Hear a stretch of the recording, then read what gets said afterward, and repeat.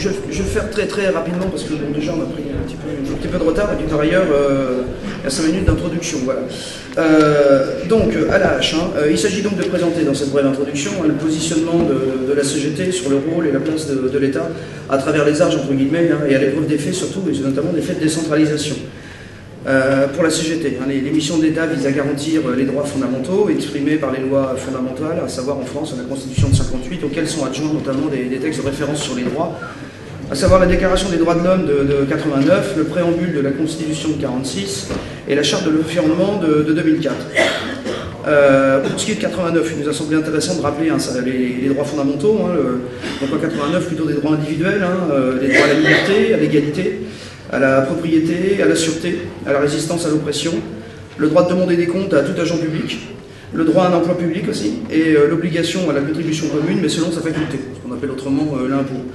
En 46, plutôt des droits collectifs, à la sortie de la guerre, avec l'égalité des droits hommes-femmes, le droit à l'asile, le droit à un emploi, le droit à la grève, le droit de défendre ses droits et intérêts par l'action syndicale, le droit de participation à la détermination collective des conditions de travail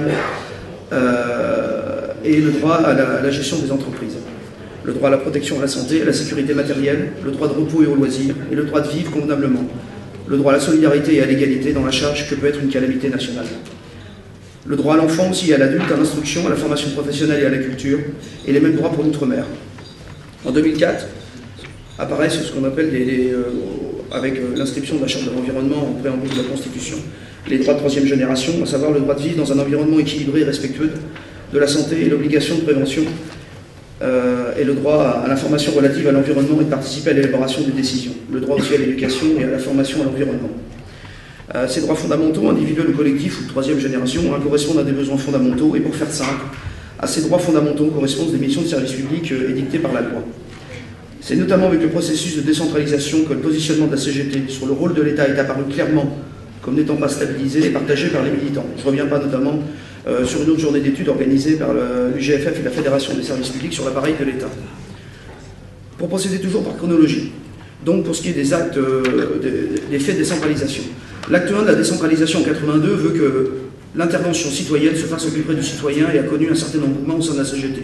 En résumé, l'idée de la clause générale de compétence, de la libre administration des collectivités associée à une vie démocratique locale, l'ensemble combiné à une déconcentration des services de l'État pour accompagner le processus de décentralisation et les collectivités, satisfait la CGT, d'autant plus que des ministres communistes participent au gouvernement qui met en œuvre ce nouveau dispositif.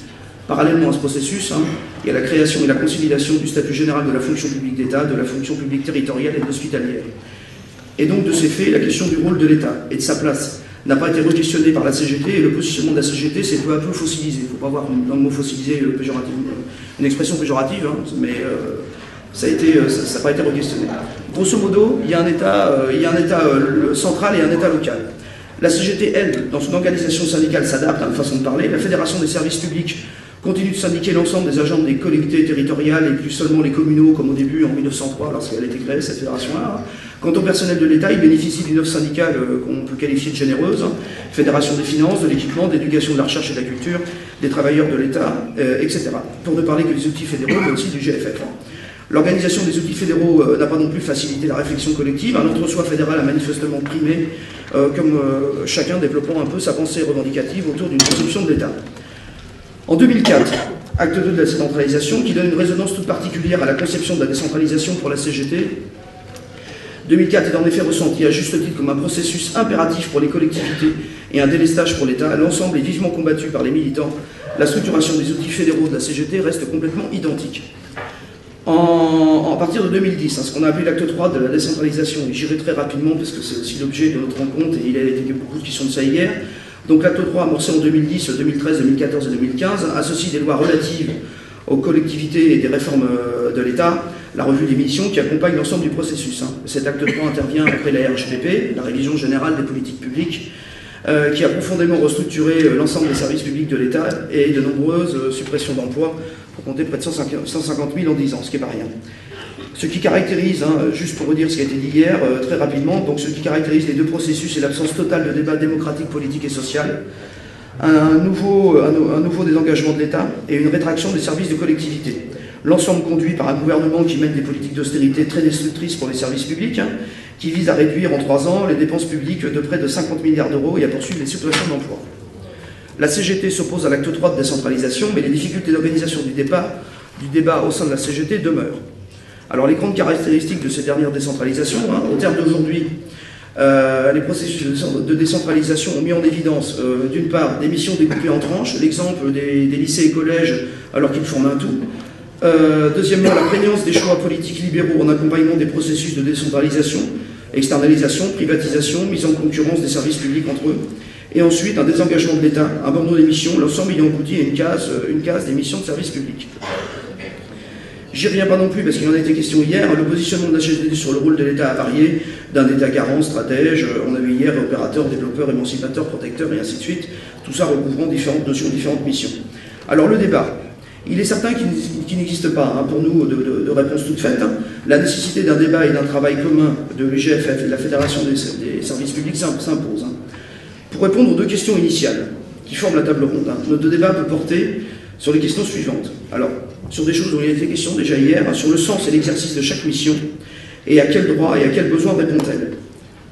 Ensuite, sur l'identification de la chaîne opératoire, pour revenir à la question du travail dont il a été question hier, donc sur l'identification de la chaîne opératoire de chacune des missions, de sa conception, sa mise en œuvre, en passant par le contrôle et l'évaluation, et de déterminer qui est le mieux placé pour garantir in fine les droits fondamentaux. Ou bien alors, quelle complémentarité entre nos services publics dans l'exercice des missions pour les assurer au mieux, au plus près de la population, puisque c'est bien l'intérêt général qui commande l'ensemble. La question de la complémentarité des acteurs pourrait être un chemin pour construire notre positionnement. L'exemple de la culture, mais aussi de la transition écologique pourrait être une voie, pourrait être un chemin. Par exemple, juste pour ne pas trop répéter ce qui a été dit hier, mais sur la culture, les collectivités se sont emparées du champ culturel bien avant 82. Or, aujourd'hui, ce qu'on constate, c'est un désengagement très fort de l'État vis-à-vis des collectivités, de l'ordre de 11 milliards, qui aboutit depuis quelques mois dans le domaine culturel, à titre d'exemple, je l'ai dit hier, à des fermetures de compagnies, de services publics et d'écoles d'art, une centaine quand même depuis quelques mois, ce qui est quand même pas rien. Et aussi à de nombreux licenciements d'artistes, de techniciens et d'agents publics en nombre. Or, le monde réel nous apprend que les inégalités sociales et culturelles perdurent et s'accentuent et nous obligent à lutter pour une meilleure coordination de l'action de l'État et des collectivités au service de tous les usagers sans exclusive. Il apparaît, je l'ai dit aussi hier, que les politiques menées par le ministère de la Culture et soutenues par lui sont des politiques de l'offre culturelle, de la marchandisation et de l'industrie culturelle, et de moins en moins des politiques de l'action culturelle. Il ne fait pas de doute que notre société a un grand besoin de culture, mais aussi de politiques publiques culturelles. En tout cas, c'est le positionnement au moins de la CGT Culture, et aussi de la CGT, je pense, sur ces questions-là. Et donc le rôle de l'État est bien d'assurer la cohérence sur l'ensemble du territoire pour toute la population sans aucune distinction. Hier, il a été beaucoup de questions de territoire, mais aussi en disant qu'il faut aussi qu'on parle de la population. Donc voilà, la cohérence donc, des politiques de l'État, de sa responsabilité pour les cohérences de politique pour toute la population.